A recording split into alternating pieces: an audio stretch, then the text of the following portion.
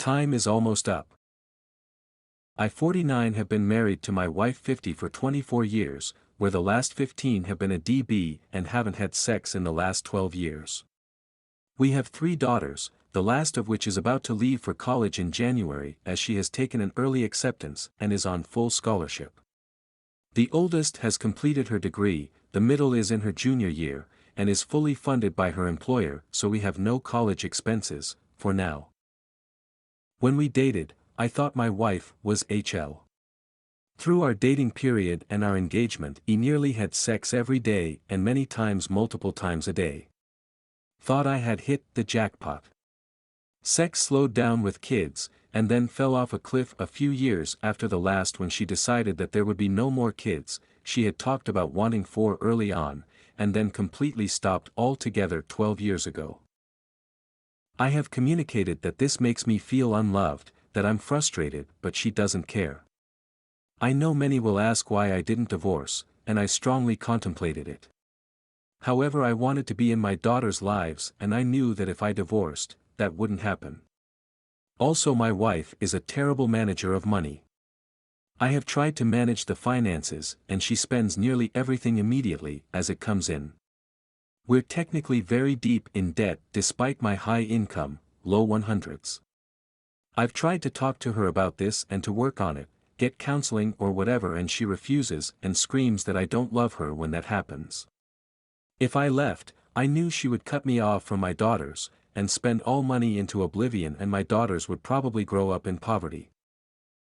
I made the decision to bear the burden and shut up so my daughters would have me in their life. I would be able to go to their recitals, take them to their games, help them with their homework, and make sure they had a loving father in their lives. I know people say kids can sense when their parents aren't happy and it takes a toll, but I knew their lives would be worse without me. I never complained to them, kept a happy face, and devoted myself to raising them the best I could. Now that my youngest is getting ready to move on, so am I. I have done my duty. My daughters are wonderful women who have provided themselves great educations, and I feel that my sacrifice paid off and was worth it, but I'm done sacrificing. I am trying to keep it a secret that I'm leaving once the youngest has gone to college, but my facade is starting to fall. My wife the other night made one of her jabs at me that if I didn't take out the trash we would never have sex again, which led me to laugh and to reply, "That's kind of a hollow threat, don't you think?" And she just looked at me with a shocked face, which for the life of me I don't know why. She tried to make some comment about us enjoying being empty nesters, and the only thing I could reply with was, "Honey, it's less than 2 minutes in the 4th, and I'm taking a knee." I'd be surprised if she didn't know that I'm leaving come January, but maybe she is oblivious. I don't care if she gets the house. She can take my entire 401k, I don't care. I'm close to the finish line, and even if I have to live in poverty, I'm going to be free. Update: time is almost up. So now to bring everyone up to date, after the last post, as I had pretty much checked out and was spending my time with my daughter to help her prepare for college as well as finishing out her high school career. After a very condescending comment from my wife about how I was worthless after finishing a home improvement project where it didn't look perfect, I pretty much had a Peter Gibbons moment and just started ignoring her and doing whatever I wanted.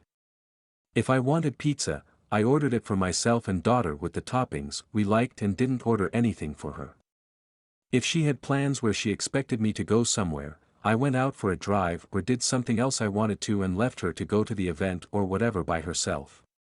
I improved my diet a lot and there was no stress around my meals anymore. To say that she was pissed would be the understatement of the century. I didn't bother buying her a gift for Christmas and instead gave myself an expensive bottle of scotch. Even wrapped it and put to myself from Santa. I started taking out my guitar and playing again, actually had some fun with my daughter doing so. My wife used to hate me playing in the house, and so I had stopped many years ago.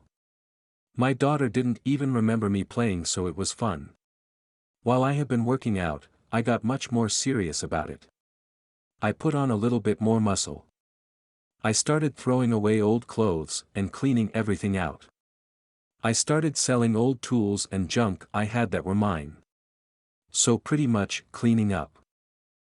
My wife stopped me in the house one day, getting in my face as I had gotten in the habit of just walking around her, think Peter walking around Lumberg, and ignoring her.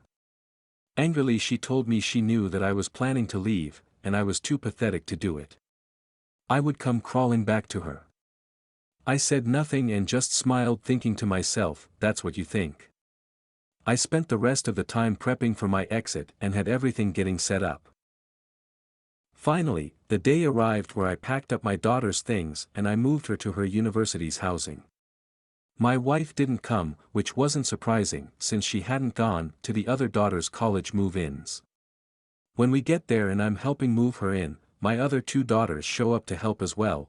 My middle one also attends the same university.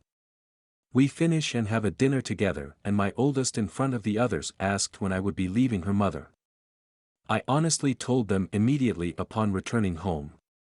They all hug me and tell me how they knew I wasn't happy, but I gave them a great childhood.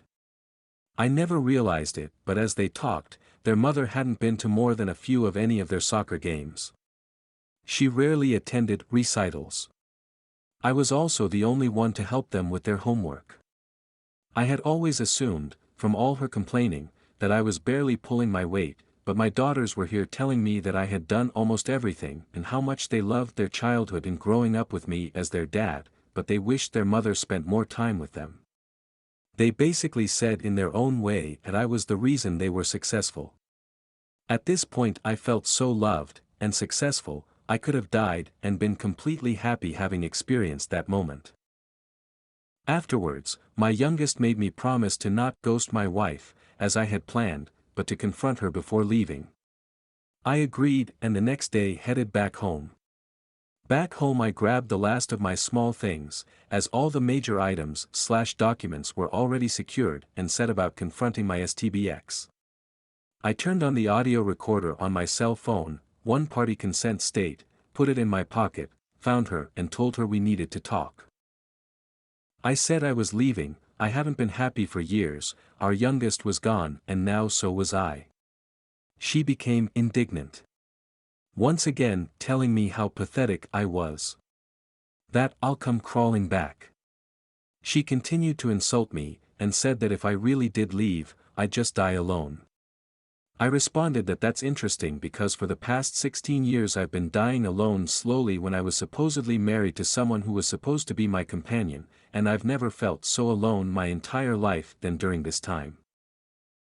She then started trying to shame me since my major complaint was lack of sex and intimacy, where she started talking about how sex isn't everything, yada yada yada. I responded to this one with yes, sex isn't everything just like breathing isn't everything. But you can't live without breathing, and a romantic relationship without sex is dead. She seemed to not believe it had been almost 13 years since we had sex. She thought we had sex recently. I thought she must be crazy, but it hit me. She must be sleeping with someone else. How else would it not have been obvious we hadn't slept together for years? Back when she acted surprised when she threatened to never have sex with me again, and I called it a hollow threat. She had gotten confused as she was getting hers from somewhere else. I have really prepared myself for this possibility and had thought on it a lot but had no evidence. I wasn't even mad considering the possibility, to tell you the truth. I have had no intimacy with this woman for so long that it really didn't matter to me. So I decided to call her out on it. I asked her if she had been sleeping with someone, or if she had been having multiple partners over the years. She became angry and said I was crazy. I just kinda shrugged. I had been looking at my watch, waiting. After some uncomfortable silence, I saw it was time and I heard the car I had been waiting for pull up. I had timed it perfectly. I told her there was someone outside that she would need to see. I walked out and she followed me a little confused. The process server was just getting out of his car. STBX's full name. Yes. You've been served. He quickly handed her the large envelope, took a photo of her, and then quickly got back in his car. Worth the extra money I paid for specific date and time. She started screaming at me that I was an asshole. That I couldn't do this to her. Then beyond just anger, she gets an almost crazy look in her eyes. She started screaming that she was cheating on me. She began to make even worse insults to me about my manhood, how I couldn't satisfy her, etc. Just making a huge scene. She then begins to list off people who I hate that she's cheated on me with, and others who I thought were close friends.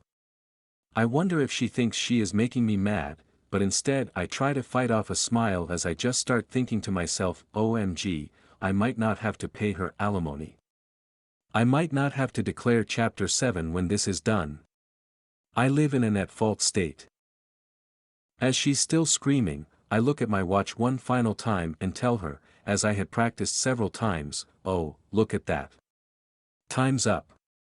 Hey, good game, and I walk to a minivan that she doesn't recognize, and she stops screaming in confusion. Not knowing why I'm getting into this strange vehicle. A used minivan instead of the BMW. I drive off. I can see her bringing her cell phone up trying to call me. Only it doesn't ring.